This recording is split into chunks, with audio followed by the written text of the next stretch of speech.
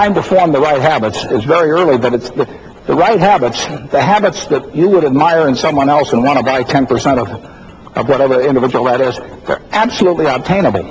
And if you had to sell short one other member of your class, these deals always come with a hooker, and you had to pay 10% of their earnings, again, you wouldn't pick the person with the lowest grades or anything. You'd think about the person who always cut corners or claimed credit for things that they didn't do, never showed up on time. All these little things that seem like nothing, but they determine whether if you have a 300 horsepower motor, whether you get 300 horsepower of output out of it or whether you get a whole lot less.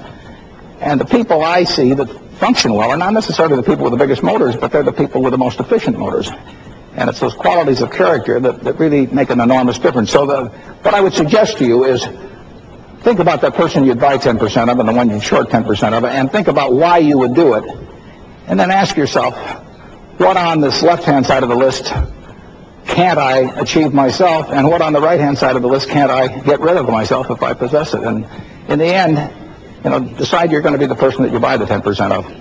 That's enough of the sermon. I'd like to answer questions now, and really the nastier they are, the better I like it, because it's much more fun, makes it more interesting. So let's start off with one here. Mr. Buffett, I was reading, it sounds like you're in Charlie Munger's analysis of some companies, very back of the envelope. Could you just tell us about the financial analysis that you do on companies, whether it be like Rose Blumkin's Furniture Mart or whether it be Coca-Cola? Well, yeah, those are two good examples. There's a Furniture Mart in Omaha that's going to do, at one location, $230 million of business. It's more than twice as much business as any other single-store furniture operation in the country. And it's not really run by now, but she's still the spiritual head of the place. And a woman named Rose Blumkin is going to be 101 years of age in December. And she came over here and landed in Seattle with a tag around her neck, and couldn't speak a word of English. The Red Cross got her, actually got her to Iowa first, and then she came over and started this store. After bringing over 7 siblings and her mother and father from Russia, she started this store with $500, and now has a store that does $230 million. She works 7 days a week. She's working, as we talk, she'll be working Sunday, and amazing woman. And the punchline, she put all these people out of business. The punchline is that she can't read or write. Her business will make $22 million, $23 million pre-tax this year. If you told her this room was 47 by 38, she would tell you how many square yards that is in her head, and extend it out at $5.98 a yard and add the sales tax and knock off something because she liked you. It is a real story. So I would say, incidentally, on something like that, that's all the analysis you need. If you can buy into a business that's run by somebody or with their family that runs it that way. Our total legal and accounting fees in buying that business were $1,400, and it was a one-page contract, and it just affirmed that she owned the place, and that I was going to get good title, and that there was no audit. I never looked to see whether what the real estate records were on the 60 acres in Omaha or anything of the sort, but I just knew that anything she said was so, and you feel very comfortable buying a business like that. I mean, I think that any good investment idea probably can be put in one paragraph. I mean, now, there are all kinds of investment ideas that I'm not going to be able to understand. I believe very strongly, as does Mrs. B, as Rose Blumkin is called, I believe very strongly in operating with what I call my circle of competence. And the most important thing in terms of your circle of competence is not how large the area of it is, it's how well you've defined the perimeter. If you know where the edges are, you're way better off than somebody that's got one that's 5 times as large, but they get very fuzzy about the edges, around the edges. And I can understand some kinds of simple businesses. I can't understand complicated businesses. Coca-Cola was about 110 years old now, and selling 750 million 8-ounce servings of their products a day around the world. Per capita consumption going up in virtually every country in the world after that 110 years or so, and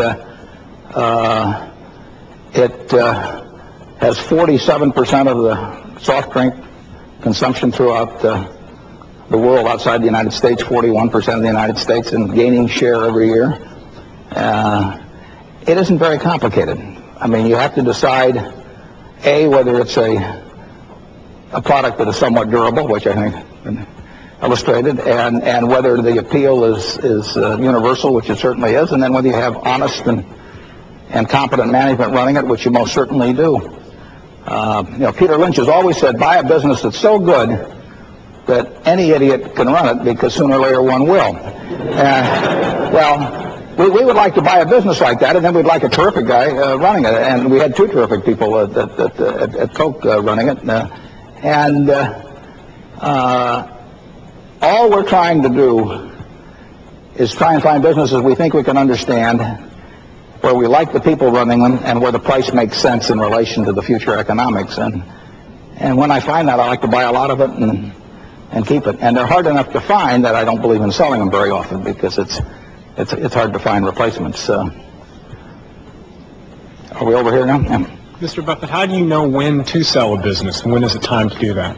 Well, the question about selling a really great business is never, because to sell off something that is a really wonderful business because the price looks a little high or something like that, it's almost always a mistake. And it took me a long time to learn that. I haven't fully learned it yet, but it's rare that it makes sense. If you really believe that the long-term economics of the business are terrific, it's very rare it makes any sense to sell it. Now, if you get into some technology company or something where five guys are out in a garage someplace doing something that's going to change the whole industry, that's beyond me anyway. If you try to jump from flower to flower among groups like that, I think you probably have to, because I'm not sure that you can pick permanent winners. But I would say that if you keep it very simple, we own a lot of Gillette, for example. There are 21 billion razor blades used in the world a year. 30% of those are Gillettes, but 60% by value are Gillettes. They have 90% market shares in some countries, in Scandinavia and Mexico. Now, when something's been around as long as shaving, and you find a company that has that kind of both innovative power in terms of developing better razors all the time, plus the distribution power and the position in people's minds, for an item that only costs $20 a year. I mean, the difference, here's something you do every day. I hope you do it every day. And for $20 a year, you get a terrific shaving experience. Now, men are not inclined to shift around a lot, when they get that kind of a situation. So you get that, and who knew was come into the blade market? Wilkinson 30 years ago had a shot for a period like that, and they didn't take advantage of it with a stainless steel blade. But it's not going to change a lot. And I like businesses where I think I know what it's going to look like in 5 or 10 or 15 or 20 years. And I think I know what Gillette will look like, and I think I know what Coke will look like.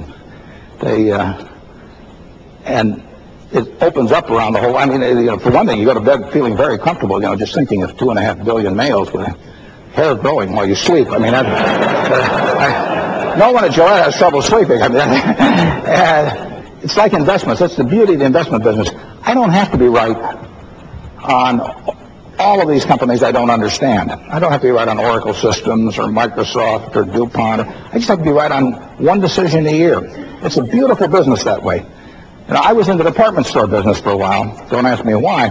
But I was in it, and if my competitor air conditioned, I had air conditioned. If my competitor offered 18-month terms instead of 12-month terms, I had to offer it. If you put in an escalator, I had to put in.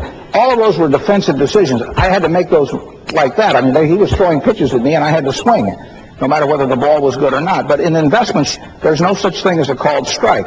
You can stand there at the plate.